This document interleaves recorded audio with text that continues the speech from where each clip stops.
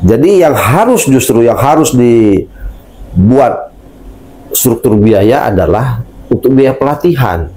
Jadi Kementerian Perlindungan Pekerja Migran Indonesia mengadakan MOU dengan Kementerian Ketenagakerjaan bidang Lavotas untuk mengatur biaya pelatihan ke Taiwan berapa sih, ke Hong Kong berapa, ke Korea berapa biaya pelatihan, ke Jepang berapa.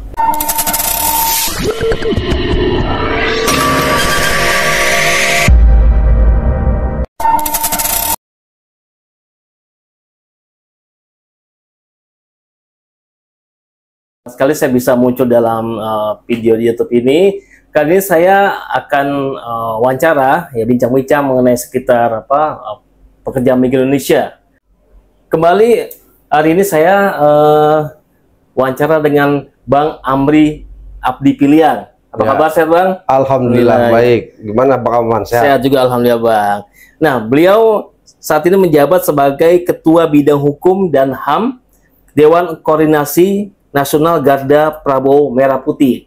Beliau juga adalah Wakil Ketua Umum Komisi Nasional Lembaga Pengawasan Kebijakan Pemerintah dan Keadilan atau Komnas LPKPK dan juga merupakan alumni Lemhanas PPNK tahun 2024. Kemarin pada tanggal 14 Oktober 2025, organisasi Perusahaan Pekerja Migran Indonesia atau P3MI melakukan audiensi dengan Pak Menteri P2MI atau Pelindungan Pekerja Migran Indonesia, Pak Mukhtarudin. Nah, dalam pertemuan tersebut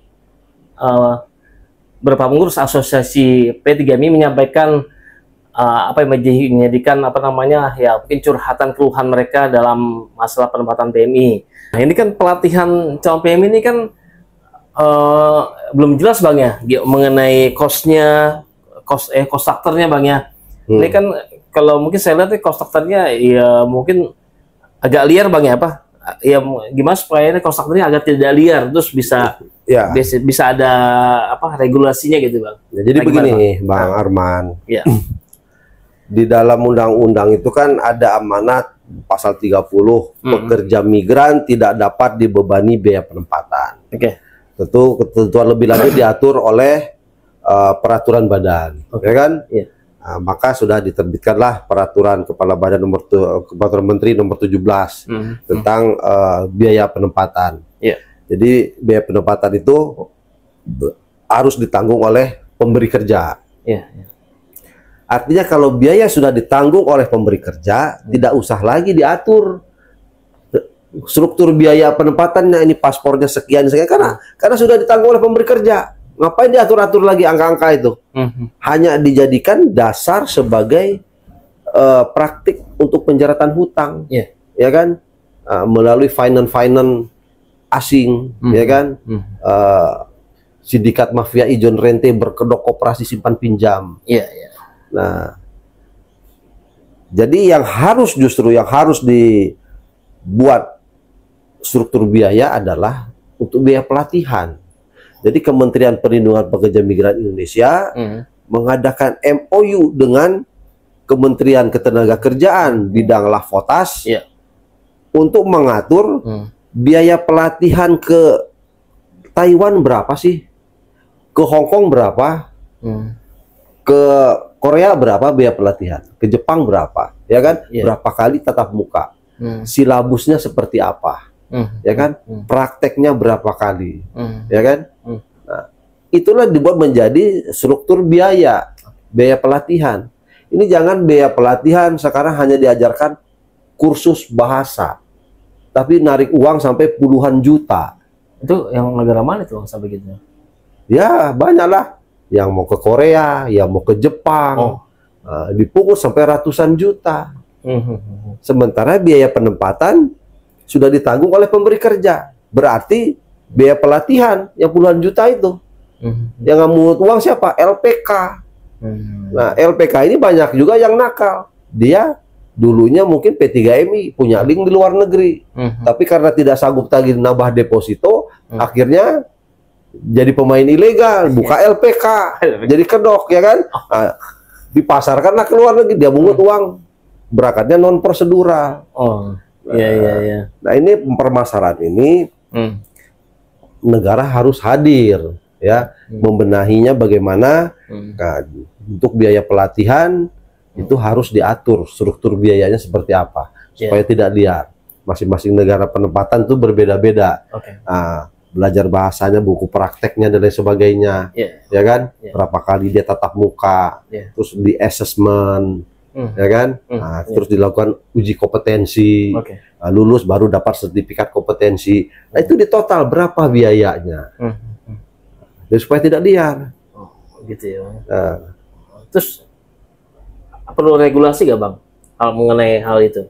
Tentunya harus ada regulasi dari peraturan Menteri Ketenagakerjaan atau keputusan Dirjen Bina Lavotas dari Kementerian Ketenagakerjaan yang mengatur tentang struktur biaya pelatihan. Apa-apa saja sih komponen untuk biaya pelatihan itu?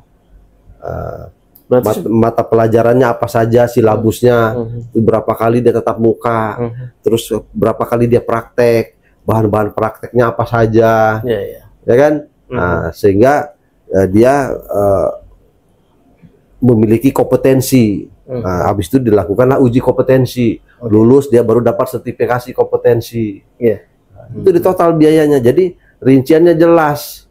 Nah, setelah dia memiliki kompetensi, barulah mereka mendaftar ke perusahaan penempatan pekerja migran. Kalau biayanya sudah ditanggung pemberi kerja, ya mana dananya? Masuk ke P3MI, dia berangkat. Atau penempatan ini tidak ditanggung oleh pemberi kerja, tetapi harus ditanggung oleh PMI. PMI nggak punya uang, ada KUR PMI, ya melalui KUR pinjam, ya kan berangkat.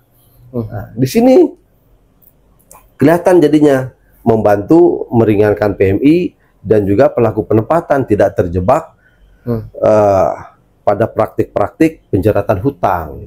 Itu ya hanya pada umumnya saja gitu loh. Mungkin tatap muka selama pendidikan selama 1 bulan biayanya sekian, ya kan? Pertemuan dalam 2 bulan mungkin sekitar maksimal 12 juta. Nah, kalau 3 bulan sekitar 20 juta. Tetapi ini kan harus dibuat semacam apa namanya, kayak paket gitu loh ya. Ini paket yang D1, D2 misalnya, atau pelatihannya ini 3 bulan atau 2 bulan dengan sistemnya seperti ini, silabusnya seperti ini, ya kan? Maka outputnya akan seperti ini. Nah, itu kan harus ada rinciannya. Rincian ini harus dipublikasikan agar tidak terjadi pembodohan terhadap para pekerja migran dan keluarganya. Nah, ini kan sekarang mau berangkat ke Taiwan, berapa? Ada uang 80 juta sini, kerja di pabrik, gaji 15 juta sebulan. Padahal kan pelatihan ini bukan sekedar pelatihan bahasa, tapi terkait skillnya dia juga. Ini gimana Bang? Contoh kalau untuk Taiwan manufaktur mesti harus kuasai, terus belum bagi bidang-bidang lainnya. Ini gimana, kan bukan hanya sekedar bahasa doang, tapi skill juga harus dilatih. Agar di sana kata Abang tidak ada namanya di PHK karena nggak menguasai keterampilan yang yang dituntut oleh pengguna itu. Gimana tuh Bang? Iya. Jadi itulah pada umumnya lembaga pelatihan itu hanya mengajarkan pelatihan bahasa saja, tetapi membebankan biaya pelatihan kepada pekerja migran itu puluhan juta. Sementara yang diterima sama ketika PMI itu bermasalah, kita advokasi, kamu apa saja yang dilatih? Berapa biaya pelatihan? Nggak tahu Pak biaya pelatihan berapa, yang jelas saya dimintain 80 juta, pokoknya termasuk pelatihan dan lain sebagainya sampai bekerja ke luar negeri. Nah, ini kan harus dipisah. Sementara mau ke luar negeri itu bukan kewenangannya LPK, tapi kewenangannya perusahaan penempatan pekerja migran. Di LPK itu dia mengikuti pelatihan, dan ini seharusnya menjadi tanggung jawab pemerintah daerah. Pemerintah daerah harus menyiapkan anggaran untuk masyarakatnya. Yang ingin bekerja ke luar negeri memiliki kompetensi, dilatih, ya kan? Apa nih yang harus dilatih? Belajar bahasa misalnya, ya kan? Dimasukkan ke dalam kurikulum sekolah.